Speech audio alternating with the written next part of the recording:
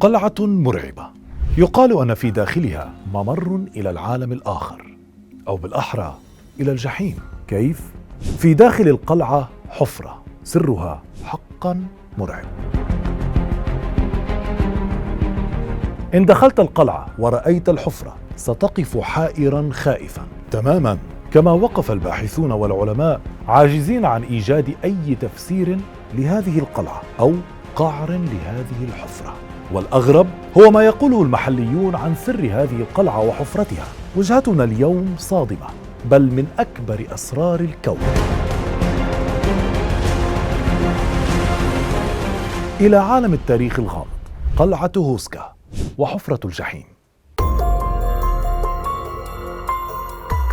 أصدقائي المتابعين، حلقتنا اليوم مختلفة بعض الشيء عن سائر حلقاتنا. سنتحدث عن موقع أثري ليس كسائر المواقع، فهو موقع يكتنفه الغموض من كل النواحي، بدءا مما قبل إنشائه إلى سبب إنشائه، فهندسته المعمارية وصولا إلى الأحداث الغريبة التي حدثت به. موقع لم يكن تاريخيا فقط، بل استغل عسكريا أيضا، وبسبب كل ما ارتبط به أطلق عليه اسم بوابة جهنم. ولكن السبب الأهم لهذه التسمية هو ما سيصدمكم: قلعة هوسكا التشيكية، بوابة جهنم.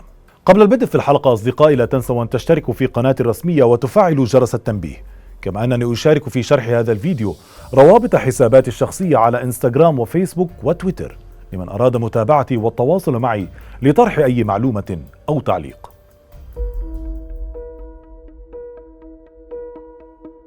أصدقائي المتابعين، حلقتنا اليوم تتمحور حول قلعة هوسكا الأثرية في تشيكيا.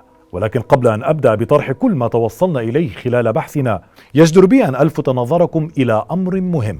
فعلى غير العادة ولأول مرة فيما يخص الشق العلمي وتفسيراته، فإنني لن أقوم بتفصيل أي تفسير علمي. والسبب ببساطة: لا يوجد أي تفسير علمي لما ستسمعونه من غرائب أثارت جدلا حول هذه القلعة على جميع الأصعدة في سياق حلقتنا. لنبدأ. تقع قلعة هوسكا الأثرية في أقصى ضواحي قرية بلاتسي في شمال مدينة براغ في الجمهورية التشيكية، وتبعد عنها 47 كيلومترا، أي ما يقارب الساعة. بنيت القلعة على سفح هضبة لا يحيط بها أي شكل من أشكال العمران، بل إن موقعها المعزول في وسط الغابة وما يحيط بها من مستنقعات وجبال رملية عزز الأساطير حولها. تبدأ الأساطير حول هذه القلعة إلى ما قبل بنائها. بدأ العمل على بناء هذه القلعة ما بين العامين 1253 و 1278 في عهد الملك البوهيمي أوتوكار الثاني. هذا الملك أعلن أنه قرر بناء هذه القلعة من أجل الأعمال الإدارية للمملكة، ولكي يشرف على الطريق التجارية التي كانت تمر أسفل التل الذي بنيت عليه هذه القلعة. وبالفعل بدأ العمل، لتبدأ معه الأساطير. فبحسب ما وثقه الكتاب والباحثين ونقلا عن السكان المحليين من عدة أجيال، فإن العمال المخولين بناء هذه القلعة اكتشفوا حفرة عميقة لم يستطيعوا تحديد قاعها. هذه الحفرة كانت في مكان إنشاء القلعة، وبغية تبين مدى عمق الحفرة قام الملك باعتماد طريقة غريبة، حيث قام بإصدار تعميم يقضي بإعفاء المحكومين بالإعدام من السجناء من عقابهم بشرط واحد. الشرط كان النزول إلى الحفرة عبر حبل لمعرفة نهايتها. بالطبع الأمر المغري أثار حماسة العديد من السجناء، فكان أن تقدم أول سجين للمهمة حالما بالخلاص من الموت المحتم عليه. تم ربط السجين بحبل طويل، وبدأت عملية إنزاله إلى الحفرة. اختفى الرجل في غياهب ظلمات الحفرة. بعد هنيها بدأ الرجل بالصراخ الهستيري والترجي بسحبه إلى الأعلى. أثار الصراخ الدموي الصادر من الرجل فضول من في الأعلى، فقاموا بسحبه ليصدموا بما رأوا. الرجل الذي نزل شابا إلى الحفرة خرج منها شائب الشعر، كأنه كبر 30 عاما بحسب الأسطورة المحلية. بدأ الرجل بالهلوسة والحديث عن أشباح تخرج من الجحيم وكائنات مخيفة. مرعب. هذا الأمر حدا بالسلطات إلى وضعه في مصح عقلي ليتوفى بعدها بيومين لسبب مجهول. ما حدث مع الرجل بالطبع أثار خوف باقي السجناء، فلم يتجرأ أحد على النزول، ليتم إغلاق باب الحفرة وبدء البناء. اكتمل بناء القلعة، ولكن العجب أنه بعد الفراغ منها لم يستخدمها الملك أبدا، والأغرب كان البناء الهندسي للقلعة. فمن المعروف أن دفاعات القلعة في العادة تكون إلى الخارج، أما قلعة هوسكا فوسائل الدفاع كانت إلى الداخل. ليس هذا فقط، فالقلعة نوافذها مغلقة ومزيفة، والزجاج إلى الداخل وليس إلى الخارج. غريب. القلعة بحسب علماء الآثار ليست معدة للعيش فيها، فهي لا تحتوي على مطبخ ولا على وسائل صرف صحي، بل حتى مصادر المياه معدومة فيها، كأنها بنيت لمنع شيء ما، هو ما ستعرفونه في نهاية الحلقة وسيصدمكم حتما. في هذه القلعة كنيسة. حسنا، لا شيء غريب، فكل القلاع تحوي كنائس، إلا أن هذه الكنيسة بالذات غريبة. فبالعادة الكنائس تحتل الطوابق العليا، إلا أن كنيسة قلعة هوسكا كانت في الطابق السفلي أعلى الحفرة تماما. والرسومات التي غطت سقف الكنيسة المسخرة للقديس مايكل الحامي من قوى الظلام انقسمت إلى قسمين: قسم يصور الجنة وملائكتها، والقسم المقابل تماما يصور الجحيم وشياطينه ومخلوقاته. لم يقف الأمر عند هذا الحد، فقد ذكر أمر غريب حول القلعة، حيث ذكر الكاتب التشيكي فاكلاف هادجيك في كتابه تشيك كرونيكل أو أحداث تشيكيا الصادر عام 1541 شيئا غريبا. فقد قال الكاتب أن الأبحاث الأثرية وجدت دليلا على بناء خشبي يعود إلى القرن التاسع الميلادي في مكان بناء القلعة. وقد ذكر فاكلاف في كتابه أن أوائل السكان ذكروا وجود شق في أعلى جرف لايمستون الذي بنيت عليه القلعة وحفرة في داخله لا عمق لها. إذن الملك لم يستخدم القلعة، واقتصر الأمر على بعض الزيارات لعلماء الآثار بغية دراسة تاريخها، إلا أن القلعة شهدت استخدامات لأغراض أخرى تماما، وأصبحت مقصدا للعديد من الباحثين عن الإثارة.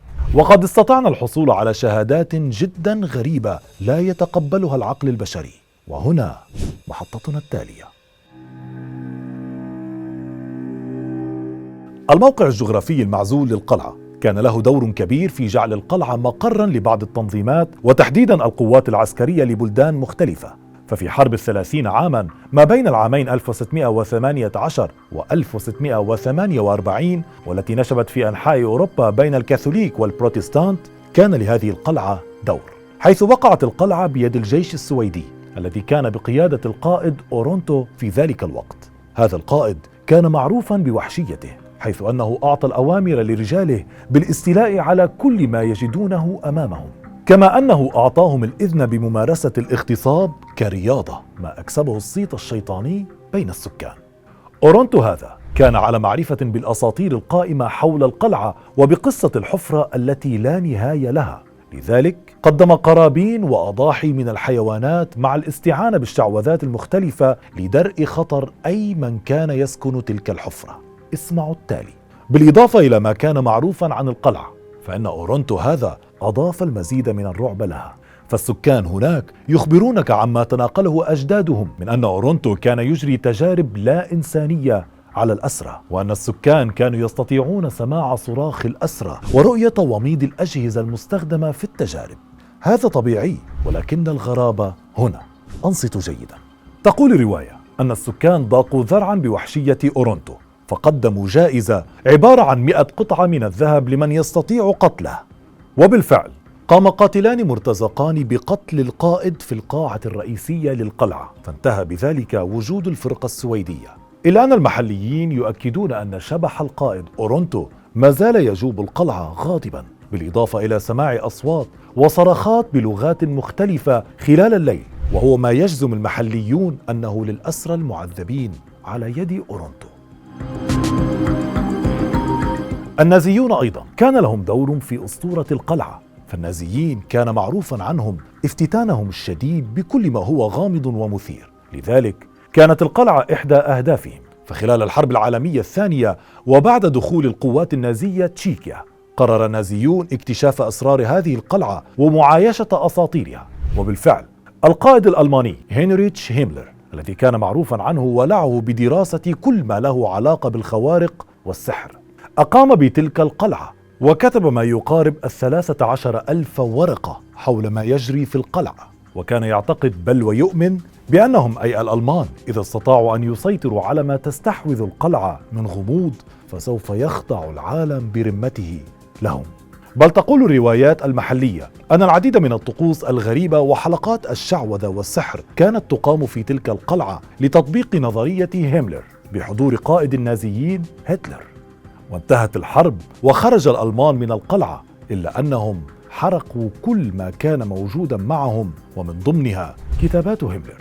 في إحدى حملات تنظيف القلعة بعد النازيين وجدت جثث ل3 ويقال 6 جنود ألمان قتلوا رميا بالرصاص دون أن يتمكن أحد من تحديد متى قتلوا ولماذا.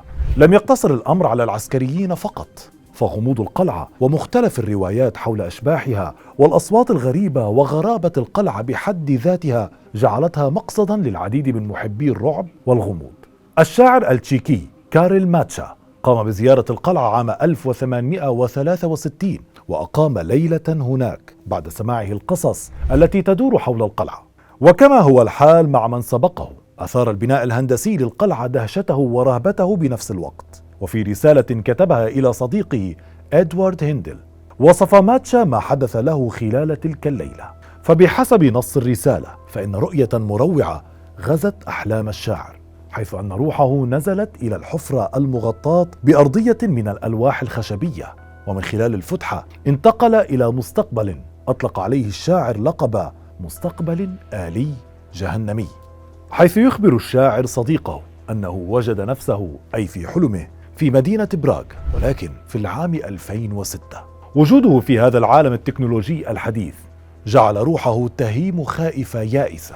تكمل الرؤية فيخبرنا الشاعر عبر صديقه عن لقائه بفتاة أخذت تريه مجموعة من الصور المتحركة في صندوق صغير، ليجد نفسه فجأة يسير على سفح حجري عال بثقوب واسعة ويخرج منها ضوء ساطع أصفر. استفاق الشاعر من نومه وهرول خارجا من القلعة وهو يقسم لصديقه أنه كان يسمع أصوات الصراخ والخدش تأتي من أسفل الأرضية التي تغطي الحفرة، وتحديدا من أرضية الكنيسة. السواح أيضا كان لهم دور في إغناء أسطورة القلعة التي جعلتها السلطات التشيكية معلما سياحيا بارزا. فمثلا يخبرنا أحدهم ويدعى سيمونيك أنه كان يحتسي الشراب في الطابق الثالث من القلعة عندما بدأت كأسه بالالتفاف حول الطاولة، ثم ارتفعت في الهواء وعادت إلى منتصف الطاولة وسط ذهول كل من شهد الحادثة. حادثة أخرى أخبرتنا بها سائحة وتدعى فيرزولوفا. فيرزولوفا هذه تخبرنا أنها وخلال إقامتها في هذه القلعة خلال رحلتها السياحية حدث أنها كانت تستريح مع زوجها في غرفة داخل القلعة عندما سمع صوتا غريبا يشبه سقوط شيء ثقيل على الأرض.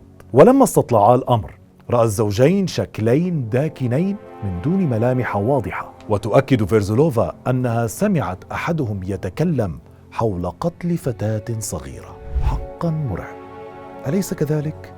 وغيرها الكثير من المشاهدات من السواح. والأغرب من هذا أن برامج وثائقية أكدت المشاهدات التي تناولت وجود حصان أسود دون رأس يركض في فناء القلعة ويختفي فجأة. أيضا تم تسجيل مشاهدات لسواح رأوا طابورا من الناس المقيدين بسلاسل، وبعضهم يحمل رأسه أو أعضاء أخرى من جسده بين يديه. السواح أكدوا سماع أصوات تأتي من أسفل الكنيسة كأنها صراخ وعويل، بل وخدش أيضا. شبح مشهور تحدث عنه أغلب من زار القلعة، وتحديدا في الطابق الثالث، حول فتاة صغيرة وجميلة ترتدي فستانا أبيضا ولا تقوم بشيء سوى النظر من النافذة. المثير للدهشة أنه في أكثر من وثائقي حول هذه القلعة وفي أكثر من مقال يؤكد السواح أن الكلاب خارج القلعة تتصرف بغرابة كأنها ممسوسة، ومحركات السيارات تتوقف عن العمل عندما يقتربون من القلعة. لذلك أغلب السواح يصلون مشيا على الأقدام إلى مقصدهم المرعب. هذا ما يمكن تصنيفه بأساطير أو خرافات المحليين، من يدري؟ ولكن هل هناك أي نظرية أو تفسير لهذه الحفرة أو لهذه القلعة بشكل عام؟ لنرى. بالطبع مكان كهذا كما جذب السواح سيجذب الباحثين والمحققين الساعين خلف الحقيقة، بعض الدراسات الجغرافية للمنطقة أثبتت تعرضها لهزات أرضية بعضها كبيرة على مر السنين، إلا أن العلماء أكدوا عدم حدوث شق في الصفائح الأرضية في محيط منطقة القلعة. أما عن الحفرة أنصتوا جيدا، فهي موجودة بحسب الباحثين ولا يمكن تحديد عمقها، ولم يستطع الباحثون وعلماء التاريخ من تحديد سبب مقنع لبناء هذه القلعة بهذا الشكل الغريب، بل وأكدوا أن القلعة بقيت عقودا طويلة غير مسكونة كونها غير صالحة للعيش. إذن هل يعقل أن يبنى شيء من فراغ ودون سبب؟ إلى يومنا هذا توجد نظرية واحدة فقط عن سبب بناء هذه القلعة، وهي التي تبناها الجميع وتناقلها المحليون أبا عن جد، ألا وهي، اسمعوا ما سيصدمكم، القلعة وكنيستها بنيت لهدف واحد فقط، وهو إغلاق باب جهنم ومنع الشياطين من الدخول إلى العالم البشري وحماية البشرية جمعاء من الأهوال المخبأة في هذه الحفرة، والتي تقود مباشرة بحسب المحليين إلى جهنم. وهذا ما يفسر سبب وجود دفاعات القلعة من الخارج إلى الداخل وليس العكس، أي منعا للشياطين وأتباعهم من الدخول إلى الأرض البشرية. أما المشاهدات والأشباح التي رآها السواح ومن سبقهم فلا تفسير لها سوى أنها بحسب علماء النفس هلوسات وتهيؤات نتجت من معرفة مسبقة بأسطورة القلعة، لتبقى هذه القلعة والحفرة الغامضة لغزا عجز عن فك شفرته العلماء والباحثين.